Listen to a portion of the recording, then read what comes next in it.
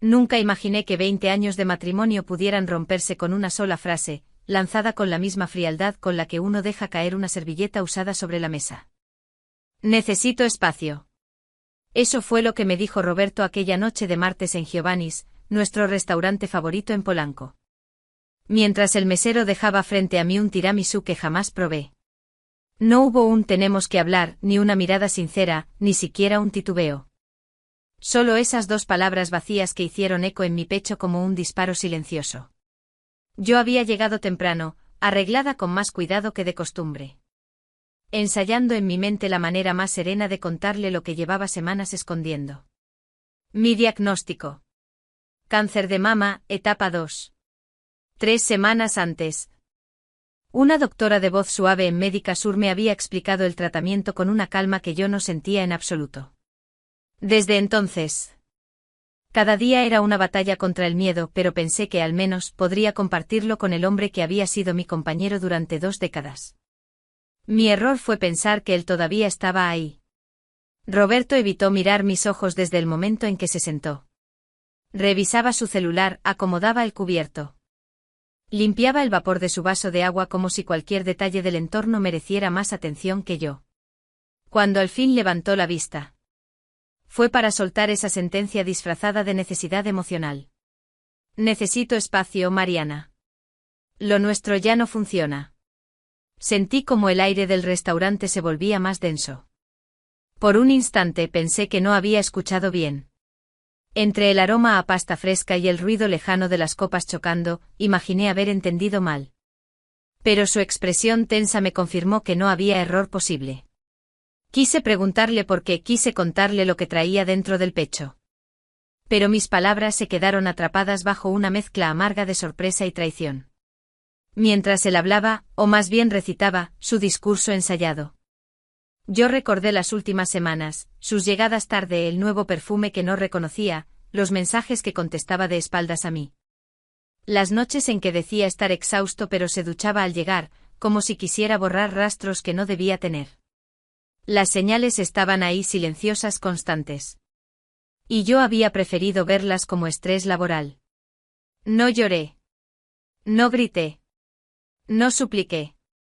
Simplemente dejé la servilleta a un lado, respiré hondo y asentí. No era valentía, era pura supervivencia emocional. Sabía que si decía una palabra más, la herida se abriría demasiado pronto. Y aún necesitaba fuerzas para enfrentar algo mucho más grande que él, mi propia enfermedad. Me levanté despacio, sintiendo las miradas curiosas de algunas mesas cercanas. Y caminé hacia la salida sosteniendo los pedazos de mi dignidad como si fueran frágiles cristales a punto de caer. Afuera. El aire nocturno de la Ciudad de México me golpeó el rostro con un frío que no tenía nada que ver con la temperatura.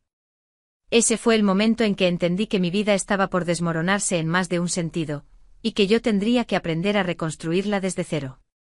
Cuando la doctora me dio el diagnóstico en Médica Sur, sentí que el piso se movía bajo mis pies sin realmente moverse. Es cáncer de mama, etapa 2. Señora Fuentes.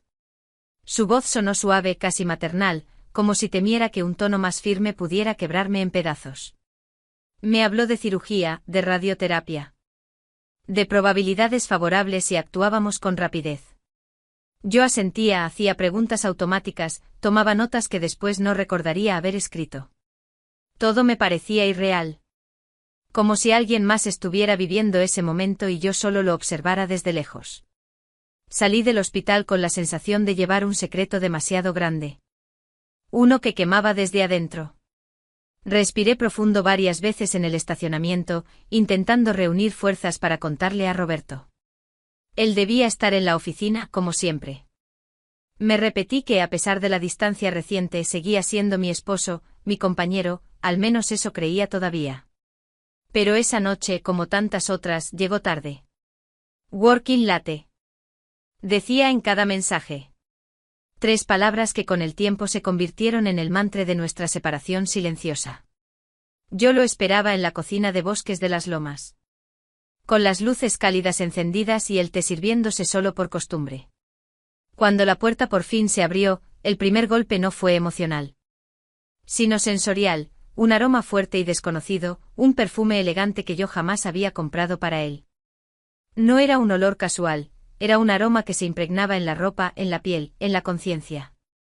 ¿Todo bien?, me preguntó sin mirarme directamente, dejando su saco en el respaldo de una silla. Contesté que sí, que necesitábamos hablar, pero él ya estaba revisando correos en su celular, distraído, casi ansioso. Mañana, Mari. Hoy estoy agotado. Nunca llegaba a mañana. Con el paso de los días, los signos se volvieron imposibles de ignorar. Mensajes recibidos a medianoche. Pantalla del teléfono siempre boca abajo. Llamadas que atendía en la terraza con la voz baja, casi un susurro. Y una mañana. Mientras ordenaba la ropa para llevar a la tintorería, vi una mancha tenue de labial color vino en el cuello de una camisa blanca. No era mío. Yo siempre preferí tonos nude, discretos, casi imperceptibles. Esa marca, en cambio, gritaba juventud, atrevimiento y traición. A veces me preguntaba si la casa había cambiado o si era yo. Las paredes parecían más frías, los espacios más grandes. Como si cada habitación hubiera comenzado a distanciarse de la siguiente. Ese hogar que un día construimos juntos con tanta ilusión, se había convertido en un escenario hostil donde el silencio pesaba más que cualquier grito. Yo caminaba por el pasillo con la sensación de ser una invitada, no la mujer que había vivido allí 2 décadas. Intenté varias veces decirle lo del cáncer. Abría la boca, buscaba el momento, pero siempre había un correo urgente, una audiencia improvisada, una excusa más. Y mientras él se alejaba, yo me hundía un poco más en esa soledad áspera, la que no deja espacio para respirar. La que te recuerda que compartir un techo no siempre significa compartir una vida. Fue entonces cuando comprendí que la enfermedad no era lo único que amenazaba con consumirlo todo. También lo hacía el abandono, lento y silencioso, de un hombre que ya no sabía mirar a la mujer que tenía enfrente. Después del diagnóstico, me prometí que no dejaría pasar más tiempo. Roberto debía saberlo, era su derecho como esposo. O al menos eso seguía creyendo en esos días en los que todavía intentaba aferrarme a la idea de que éramos un equipo. Así que una tarde decidí prepararle su cena favorita, pasta al limón con mantequilla y un toque de perejil, el plato que siempre pedía en nuestro aniversario. La casa olía a algo parecido a los viejos tiempos, y por un instante, creí que eso bastaría para abrir un espacio donde pudiéramos hablar sin prisa. Puse la mesa con esmero, incluso encendí una vela aromática para disimular mi ansiedad. Revisé mis notas médicas varias veces. Como si organizar los papeles pudiera ordenar también mi mundo interior. Me dije que ese sería el momento. Que esa noche por fin le contaría lo que llevaba escondiendo desde hacía semanas. Pero Roberto no llegó. A las 9 mandó un mensaje rápido: lo siento. Reunión inesperada. A las 11 envió otro: no me esperes despierta. Y a medianoche, cuando intenté llamarlo, su celular se fue directo al buzón. La pasta se enfrió, yo también. A la mañana siguiente, encontré en el estado de cuenta de nuestra tarjeta un cargo de más de 2.000 pesos en un restaurante de Polanco que no era precisamente famoso por sus reuniones corporativas. Lo reconocí de inmediato: mesas pequeñas, velas, vino caro, un lugar para cenas íntimas, no de trabajo. Y aunque no vi nombres ni detalles, no necesitaba verlos. El hueco en mi estómago habló por mí. Aún así seguí adelante con mis citas médicas. Me vi obligada a asistir sola a la consulta con la oncóloga, donde revisamos el plan quirúrgico y los tiempos de recuperación. Escuché todo con la misma atención disciplinada de siempre, tomando notas que después transcribiría en mi diario. Miré a mi alrededor y vi parejas tomándose de la mano, hijas acompañando a sus madres, esposos cargando bolsos y abrigos. Yo no tenía a nadie allí. Y aunque intenté repetir que era solo una mala racha, una parte de mí ya sabía la verdad: Roberto no estaba a mi lado porque no quería estarlo. Regresé a casa esa tarde con la sensación amarga de que algo dentro de nuestro matrimonio había muerto sin que yo lo notara. El silencio entre nosotros ya no era casual, era estructural. No era falta de tiempo, era falta de interés. No era cansancio, era ausencia. Durante días intenté buscar un instante para hablar. Desayunos, noches, fines de semana, pero él siempre estaba ocupado, siempre revisando el celular, siempre apresurado. Yo abría la boca, pero él ya se estaba levantando de la mesa. Mis palabras chocaban contra una muralla invisible que se levantaba cada vez que intentaba acercarme. Fue entonces cuando entendí que la conversación que yo tanto preparaba nunca iba a llegar, al menos no en la forma en que yo la imaginaba. Él había dejado de verme como su compañera. Y aunque todavía no lo decía en voz alta, ya se estaba preparando para cerrar la puerta que yo intentaba desesperadamente mantener abierta. Recuerdo cada detalle de esa noche como si alguien lo hubiese grabado con una cámara invisible. Giovannis estaba más lleno de lo habitual. Iluminado por lámparas cálidas que proyectaban sombras suaves sobre las mesas de mármol. El aroma a pan recién horneado, a vino tinto y a salsa de tomate me envolvía mientras esperaba, mirando el reloj cada pocos minutos. Ya había rehecho en mi cabeza el discurso sobre mi diagnóstico tantas veces que sentía que las palabras se deshacían antes de salir. Cuando Roberto llegó, lo hizo con la camisa perfectamente planchada y el cabello todavía húmedo, como si hubiese corrido para llegar, o quizá venía directamente de otro lugar. Me saludó sin besarme la mejilla, un simple hola, seco como quien se sienta a una reunión más, no frente a su esposa de 20 años. Intenté iniciar la conversación. Roberto, hay algo que necesito contarte, dije sosteniendo mi vaso con fuerza para controlar el temblor. Pero él levantó la mano, impaciente. Mariana, por favor. Déjame hablar primero. Fue entonces cuando lo noté, ese nerviosismo impostado como el de alguien que practica un discurso frente al espejo. Apreté las manos sobre mi regazo mientras él respiraba hondo, evitando mi mirada. Lo nuestro ya no funciona, dijo finalmente. Quiero el divorcio.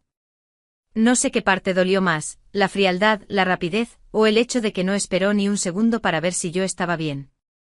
Sentí que mi garganta se cerraba mientras a mi alrededor el restaurante seguía vivo, ajeno al desastre que se desataba en mi mesa. ¿Qué estás diciendo? Pregunté con un hilo de voz. Necesito espacio.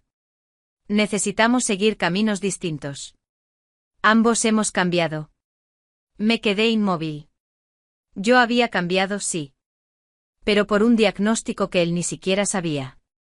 Él, en cambio, había cambiado por razones que ya sospechaba, pero que aún no quería aceptar en voz alta. No pude evitarlo. ¿Hay alguien más?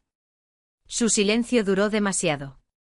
Trató de ocultarlo bebiendo un sorbo de agua, pero una gota tembló en el borde del vaso. Finalmente murmuró, sí.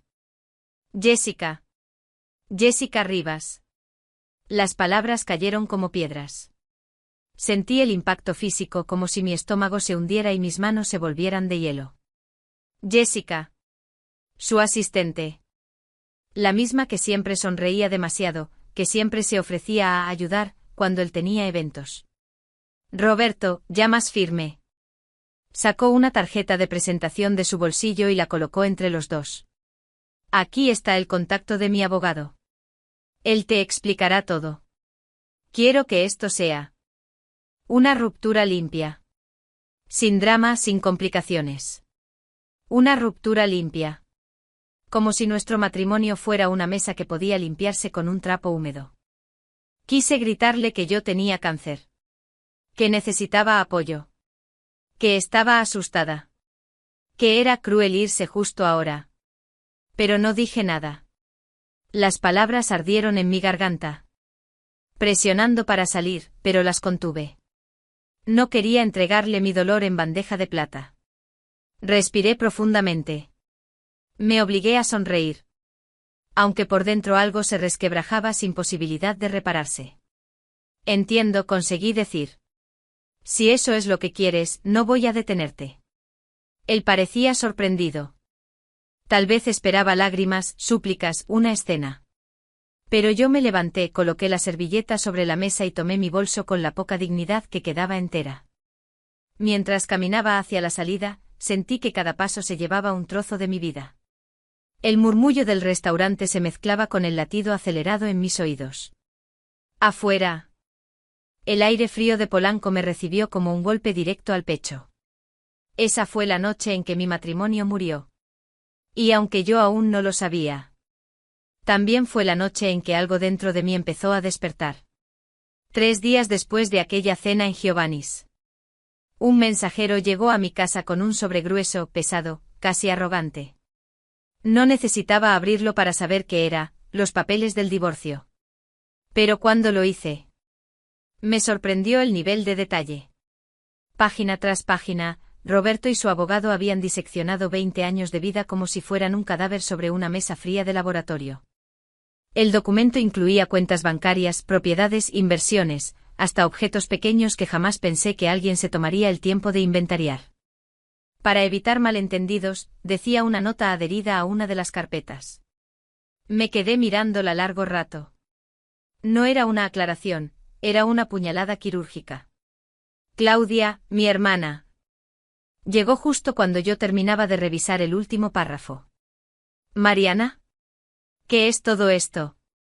Preguntó con la voz temblorosa al ver los papeles esparcidos sobre la mesa.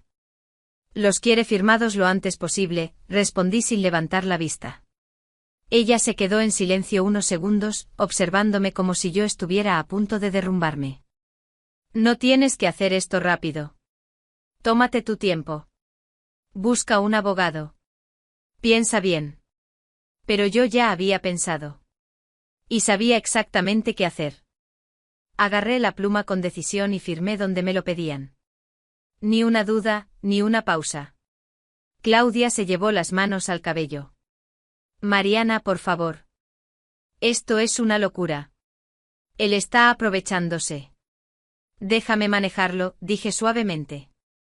No necesito que él sepa lo que sé. Todavía no. Claudia quería discutir. Pero en mis ojos vio algo que la detuvo, una serenidad extraña, casi peligrosa, que yo misma no lograba explicar. Era una estrategia silenciosa, un movimiento calculado. No porque yo fuera fría, sino porque estaba agotada de ser vulnerable. Poco después de que Claudia se fuera, recibí 2 llamadas que cambiarían mi vida. La primera fue de mi oncóloga. Señora Fuentes, ya tenemos fecha para su cirugía, me informó con tono profesional pero cálido. Quiero que sepa que su evolución inicial es favorable. Agradecí la noticia, pero mi voz sonó hueca. Era difícil celebrar algo cuando dentro de casa todo se desmoronaba. La segunda llamada, en cambio, me sorprendió por completo. Marianita, soy yo, Gregorio, la voz del padre de Roberto sonó cálida, casi paternal. Don Gregorio, ¿todo bien? Me enteré de que Roberto está actuando como un tonto, dijo sin rodeos. No quiero que estés sola. ¿Puedo pasar a verte? Siempre tuve una relación cercana con él. Desde el día en que me casé con su hijo, me trató con un cariño que yo no conocí ni siquiera en mi propia familia política. Para mí, él había sido más que un suegro, había sido un verdadero aliado. Acepté verlo, aunque no sabía muy bien por qué. Tal vez necesitaba escuchar una voz que todavía creyera en mí. O tal vez presentía sin saberlo que esa visita abriría una puerta que cambiaría el destino de todos. Incluido el de Roberto. Colgué el teléfono y por primera vez desde la cena en Giovanni's, sentí que algo dentro de mí dejaba de temblar. No era esperanza. Era otra cosa. Una calma extraña que siempre llega justo antes de los giros más inesperados. 2 días después de haber firmado los papeles del divorcio. Me reuní con don Gregorio en una cafetería discreta de la colonia Roma. Era uno de esos lugares clásicos de la ciudad. Con mesas de madera oscura y aroma a café recién molido que se mezclaba con el ruido distante del tráfico. Él ya estaba sentado junto a la ventana. Con una taza frente a él y un semblante más serio de lo habitual. Marianita, dijo levantándose con dificultad para abrazarme. Gracias por venir. Su calidez me desarmó. Siempre había sido así conmigo, constante, respetuoso, casi como un segundo padre. Y sin embargo esa mañana noté algo distinto en sus ojos, una sombra de urgencia. ¿Pasa algo? Pregunté sin rodeos. Don Gregorio suspiró, entrelazando las manos sobre la mesa. Me enteré de lo que Roberto hizo, y necesito contarte algo que llevo guardado hace años. Mi corazón dio un pequeño salto, pero me mantuve en silencio. Él tomó un sorbo de café, como si necesitara valor para abrir una puerta que llevaba demasiado tiempo cerrada. Cuando mi esposa murió, revisé todo mi testamento. Roberto era mi único hijo, mi heredero natural, pero yo ya veía cómo era. Esa frialdad. Esa manera de tomar la vida como si todo le perteneciera. Hizo una pausa. Y también veía cómo te trataba a ti. Siempre te vi luchar por él. Por su carrera, por esa imagen de familia perfecta que él presumía. Pero nunca supe si él era capaz de valorar eso. Me moví inquieta en mi asiento. Sin saber hacia dónde iba todo aquello. 6 años atrás, continuó, agregué una cláusula moral a mi testamento. La llamé así porque no había mejor nombre. Una condición. ¿Una condición? ¿Sobre qué? Pregunté con cautela. Don Gregorio me miró directo a los ojos. Si Roberto alguna vez te pedía el divorcio sin que tú hubieras sido infiel. Perdería absolutamente todo. Cada palabra cayó como un golpe seco sobre la mesa. Me quedé inmóvil. No respiré. No parpadeé. Solo lo miré. ¿Todo? Logré murmurar. Él asintió. La empresa familiar. Las propiedades. Las inversiones. Incluso la casa de descanso en Valle de Bravo. Todo pasaría automáticamente a una fundación que establecí. Roberto no vería un solo peso. El silencio que siguió fue tan profundo que hasta el sonido de las cucharitas chocando contra las tazas pareció detenerse. Yo no sabía qué sentir. Parte de mí estaba en shock, otra parte quería llorar, pero lo que predominó fue calma. Una calma inmensa, inesperada. Como si el universo me estuviera devolviendo algo que yo ya había dado por perdido. ¿Roberto sabe de esto? Pregunté finalmente. Don Gregorio soltó una risa amarga. Por supuesto que no. Nunca se tomó la molestia de leer el testamento. Dijo que confiaba en mí y que esos papeles eran cosa de viejos. Después me sostuvo la mirada. Pero tú necesitabas saberlo ahora. Me llevé la mano al pecho. Por primera vez desde el diagnóstico, desde la traición, desde Giovannis. Sentí que no estaba sola. No sé qué decir, susurré. No digas nada. Solo escucha. Voy a enviarte una copia notariada del documento. Mi abogado ya lo tiene preparado. Y cuando llegue el momento, tú sabrás qué hacer. Cerré los ojos un instante, respirando profundo. No era venganza lo que sentía. Era algo más grande, más justo. Era como si la vida hubiera puesto un arma en mis manos no para atacar, sino para defenderme de lo que ya había sido destruido. Gracias, don Gregorio, dije finalmente. No sabe cuánto significa esto para mí. Él apretó suavemente mi mano. Marianita, lo único que lamento es no haberlo hecho antes. Roberto tomó su decisión. Ahora le toca a la vida cobrarle la factura. Salí de la cafetería con el sol de mediodía iluminándome el rostro y una sensación nueva. Poderosa, no era yo la que iba a caer. Era él. La cirugía llegó antes de lo que imaginaba. Entré a Médica Sur antes del amanecer. Con ese olor a desinfectante que se queda pegado en la memoria. El oncólogo me explicó el procedimiento nuevamente, aunque yo ya me lo sabía de memoria. Aún así. Asentí como si fuera la primera vez. No quería pensar, solo avanzar. Cuando desperté después de la lumpectomía, sentí un peso distinto en el cuerpo. Y una ligereza extraña en el alma. No era alegría, pero sí una sensación de haber recuperado una parte de mí que llevaba meses anestesiada por el miedo. Claudia estaba junto a mi cama, sosteniendo mi mano. No dijo nada, pero su presencia era un recordatorio de que todavía tenía raíces, todavía tenía gente que me quería viva. Las semanas de radiación fueron duras. El cansancio se acumulaba como piedras húmedas sobre mi espalda. Sin embargo, cada sesión me recordaba que estaba peleando por algo más grande que un matrimonio que ya no existía. Estaba peleando por mí. Un día, al salir del hospital, me miré en el reflejo de un ventanal y me di cuenta de algo simple pero revelador: ya no quería cargar el apellido de Roberto. Legalmente. Nunca había dejado de ser Mariana Fuentes. En México las mujeres conservamos nuestros apellidos, pero durante años la gente me había llamado la señora Fuentes de Roberto. Como si mi identidad estuviera atada a la suya. Ese mismo día fui al registro civil a corregir mis datos en varios documentos. ¿Divorciada?, preguntó la funcionaria sin levantar la vista. Sí, respondí. Entonces vuelve a usar tu nombre de siempre. Eso nunca cambia, dijo con una sonrisa sabia. Salí de ahí sintiendo que había recuperado algo que no sabía que había perdido. Poco tiempo después me reuní con la licenciada Verónica Abascal, mi antigua mentora. En su despacho en Polanco. Ella siempre había sido una mezcla de rigor académico y humanidad. Un ancla en los años en que yo trabajé en el sector social antes de dedicarme por completo al apoyo de la carrera de Roberto. Cuando le conté lo de la cláusula moral, se recargó en su silla y entrecerró los ojos. Eso cambia absolutamente todo, Mariana. Pero necesitamos blindar ese documento. Don Gregorio me enviará una copia certificada, respondí. Perfecto. Yo me encargo de verificar su validez ante notario y pedir una copia adicional directamente desde la firma que redactó el testamento. No dejaremos ningún cabo suelto. Pasamos horas revisando posibles escenarios legales, rutas de acción y maneras de presentarle la verdad a Roberto en el momento adecuado. Verónica con su firmeza tranquila. Me recordó algo que había olvidado, yo también sabía pensar estratégicamente.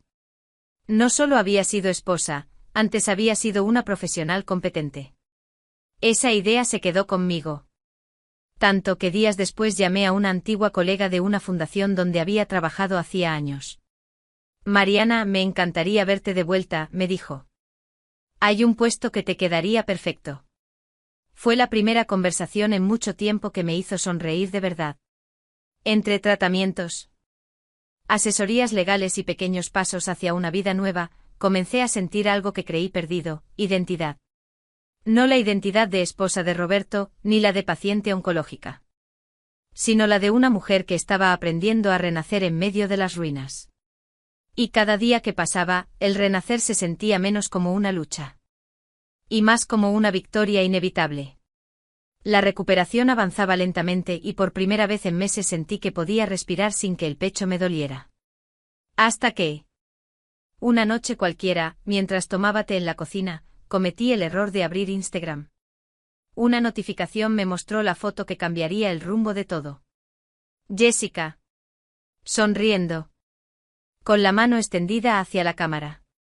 Un anillo brillando bajo la luz tenue de un restaurante caro. Y no era cualquier anillo. Era mi anillo. El anillo antiguo que perteneció a mi abuela, guardado por años en una pequeña caja en mi tocador.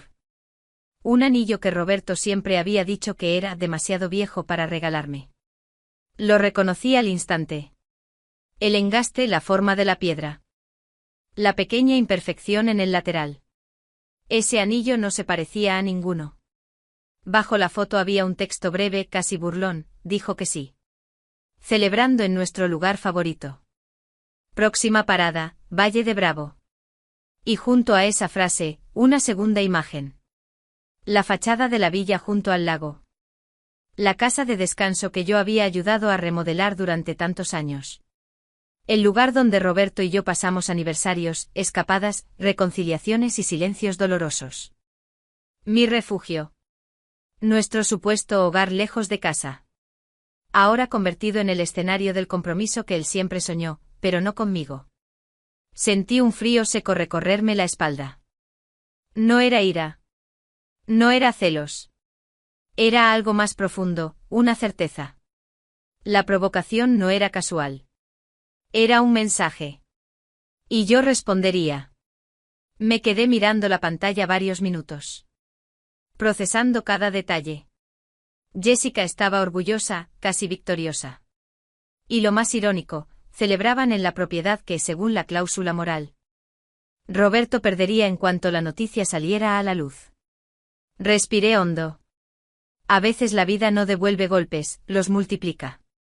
Al día siguiente llamé a Verónica Abascal. Es hora, le dije. ¿De qué? De ir a Valle de Bravo. Ella no necesitó más explicaciones.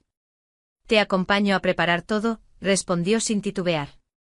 Esa misma tarde.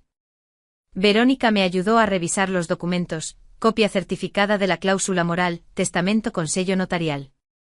Constancia de autenticidad emitida por la firma del abogado de don Gregorio.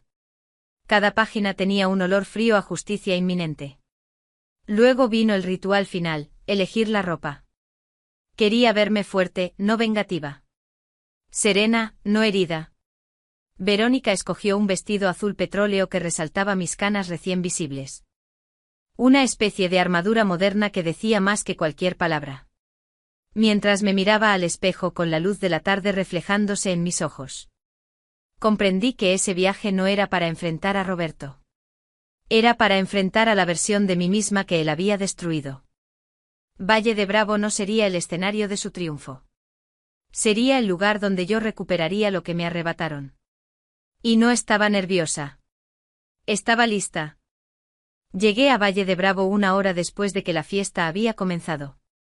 El sol empezaba a ponerse sobre el lago, tiñendo el agua de un color ámbar que, en otro tiempo, me habría traído paz. Pero ese día el paisaje solo era un recordatorio, el lugar que fue mío ahora estaba siendo utilizado para celebrar una mentira. Estacioné el coche en la entrada de la villa. Autos de lujo ocupaban todo el camino, BMW, Mercedes, camionetas blindadas de socios de Polanco. Respiré profundo. No había marcha atrás. El sonido de un cuarteto de cuerdas se filtraba desde la parte trasera de la casa, donde solíamos desayunar mirando el lago. Seguí la música hasta el jardín. Y apenas crucé el arco de flores blancas, los murmullos comenzaron. Primero fue una mujer. Luego dos. Luego un murmullo colectivo. Como una ola silenciosa recorriendo a los invitados. ¿Mariana?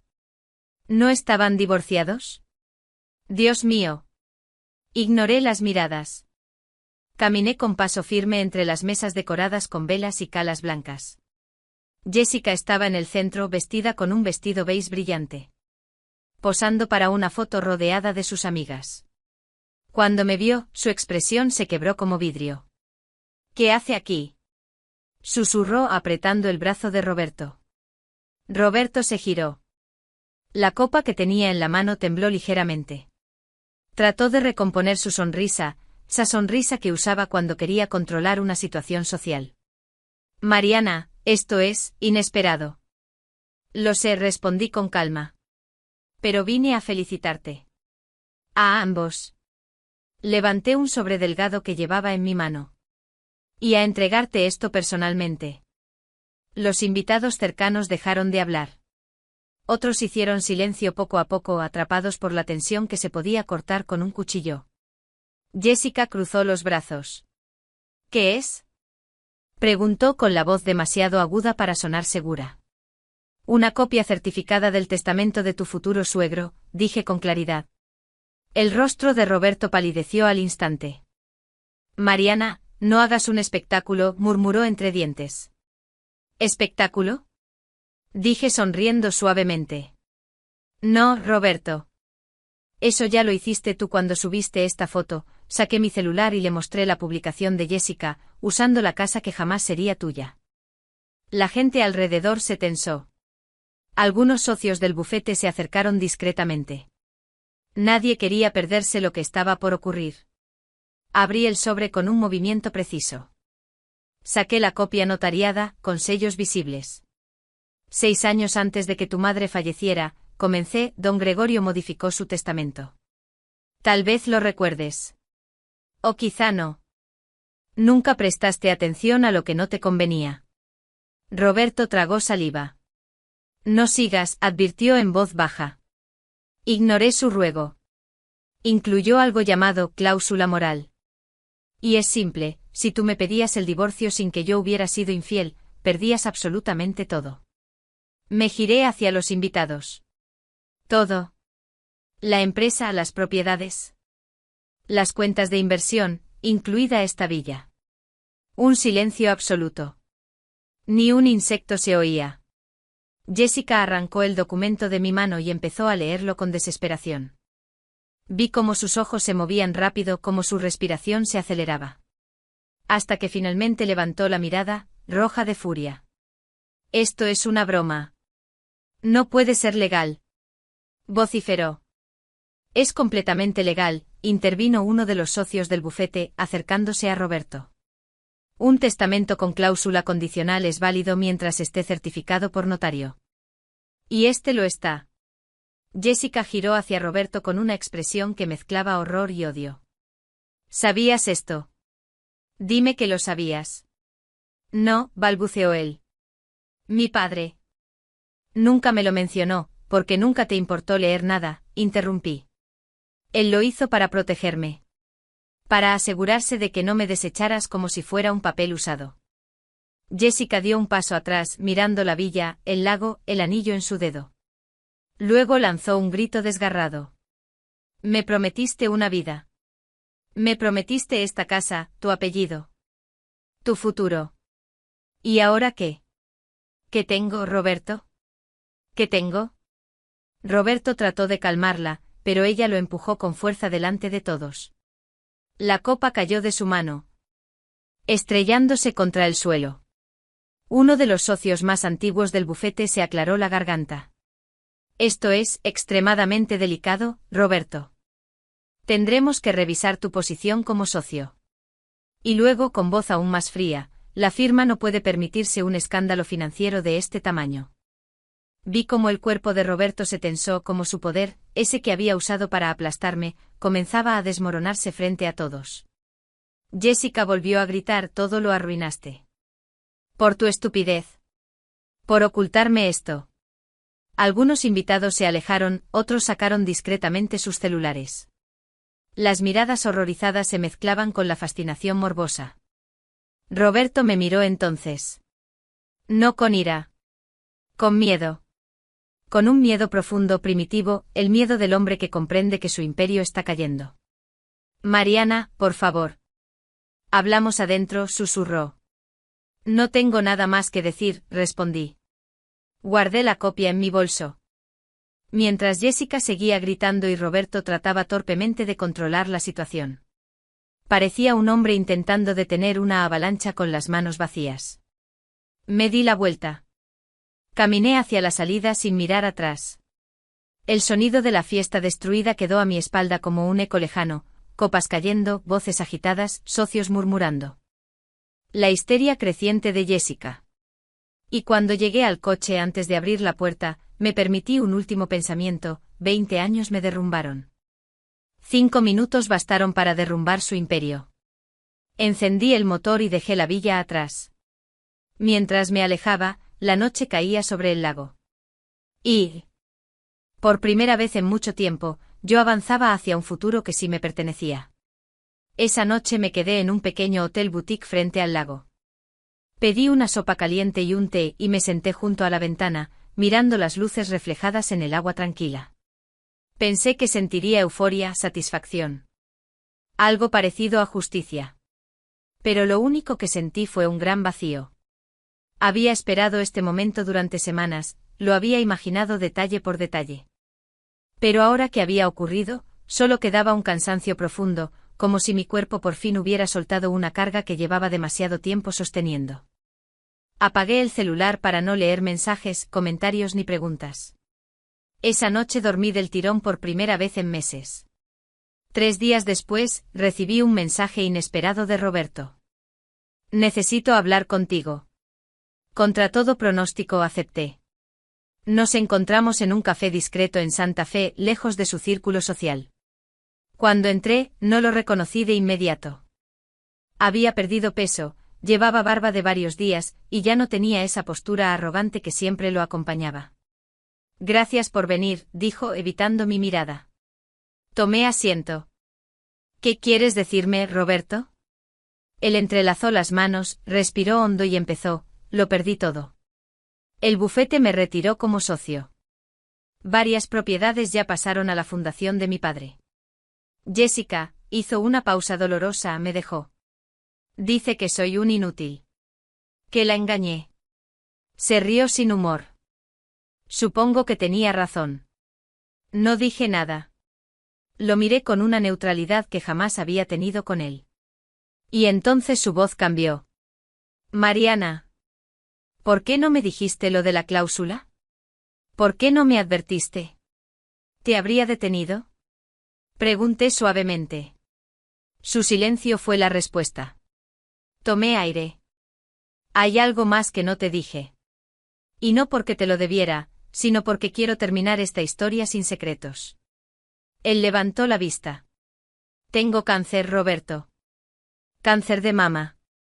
Me lo diagnosticaron 3 semanas antes de que me pidieras el divorcio. Intenté contártelo aquella noche en Giovanni's. Pero estabas muy ocupado explicándome que necesitabas espacio.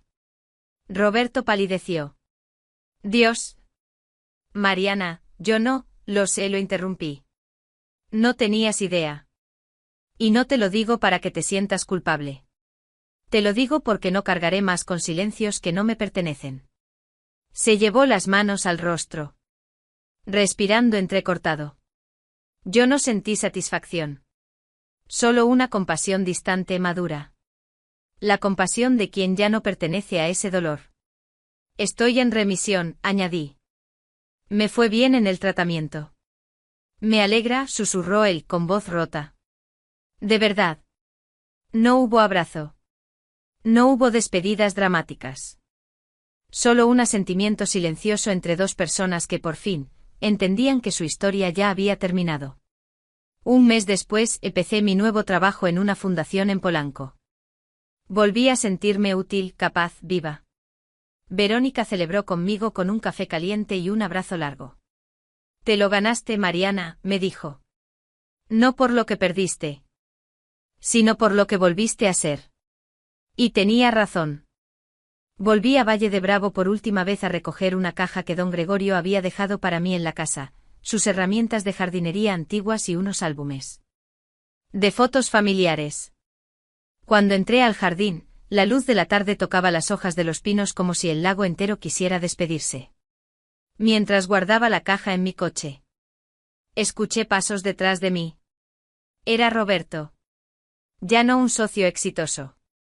Solo un hombre intentando reconstruir lo que quedaba de su vida. Solo quería agradecerte, dijo, por haber sido honesta, incluso al final. Asentí. Espero que reconstruyas algo bueno con esto, Roberto. Algo distinto. Nos quedamos unos segundos mirando el lago que había guardado tantos recuerdos. Luego ambos entendimos que era momento de cerrar ese capítulo. Adiós, Mariana, susurró él. Adiós. Roberto. Me subí al coche, encendí el motor y conduje por la carretera bordeando el agua. El sol se hundía detrás de las montañas, proyectando un brillo dorado sobre el lago. Y mientras el viento entraba por la ventana abierta, sentí algo que no había sentido en mucho tiempo: libertad. Verdadera libertad. No escapaba de un pasado. Conducía hacia una vida nueva. Hacia mi propio renacer.